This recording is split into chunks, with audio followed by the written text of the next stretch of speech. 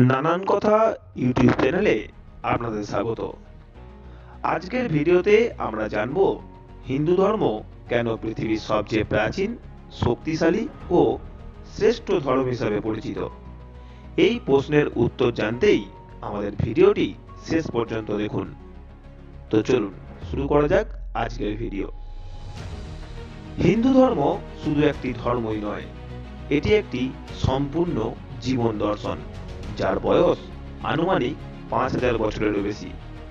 যখন পৃথিবীর বহু ধর্মের জন্মই হয়নি, তখন আমাদের মুনি ঋষিরা ঋগ্বেদ, সামবেদ, অথর্ববেদ, উপনিষদ ও পুরাণ রচনা করেছিলেন। এখান থেকেই শুরু হয়েছিল মানব সভ্যতার প্রথম জ্ঞানের পথ। হিন্দু ধর্মে অনন্ত শক্তির ধারণা পাওয়া যায়। হিন্দু ধর্মই একমাত্র ধর্ম যেখানে বলা হয় একম শত বিপ্রা বহুধা বদন্তি, অর্থাৎ সত্য এক কিন্তু পথ অনেক। এই ধর্মে একটি নয়, অসংখ্য শক্তির উপাসনা করা হয়।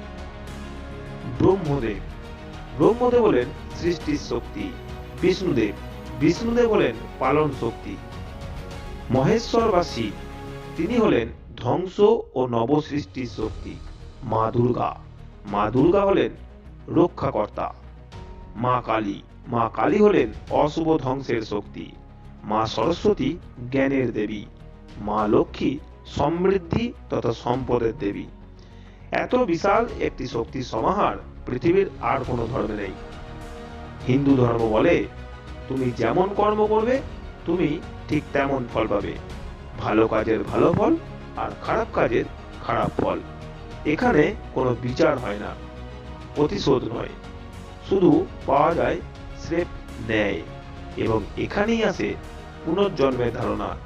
এই ধারণা মানুষকে সৎ পথে চলার শিক্ষা দেয়। আজকের বিজ্ঞান যেসব জিনিস আবিষ্কার করছে, হিন্দু ধর্মে সেসব জিনিস অনেক আগে থেকেই প্রচলন ছিল। যেমন পৃথিবী সূর্যের চারিদিকে ঘোরে, এটি হিন্দু ধর্মে অনেক আগেই বলা হয়েছে। হিন্দু ধর্মে আরো আগে বলা হয়েছে মানব দেহে চক্র আছে, যেটি বিজ্ঞান এখন স্বীকার করে। আবার বিজ্ঞানে বলা হয়েছে ধ্যানের মাধ্যমে শক্তির বিকাশ, যেটি হিন্দু ধর্মে অনেক আগেই বলা হয়েছে। আবারও হিন্দু ধর্মে বলা হয়েছে যোগ ব্যায়ামের মাধ্যমেই শরীর দৃঢ় হয়, শক্তি বৃদ্ধি হয়, যেটি বিজ্ঞানে আজ ব্যবহৃত হয়। আজ সারা পৃথিবী যোগা করছে, মেডিটেশন করছে, কিন্তু এর উৎপত্তি হয়েছে ভারতে হিন্দু ধর্ম থেকেই। হিন্দু ধর্ম কাউকে জোর করে ধর্মান্তর করে না। কেউ যখন চাইবে, যখন তার মন চাইবে, তখনই সে হিন্দু ধর্মে আসতে পারবে।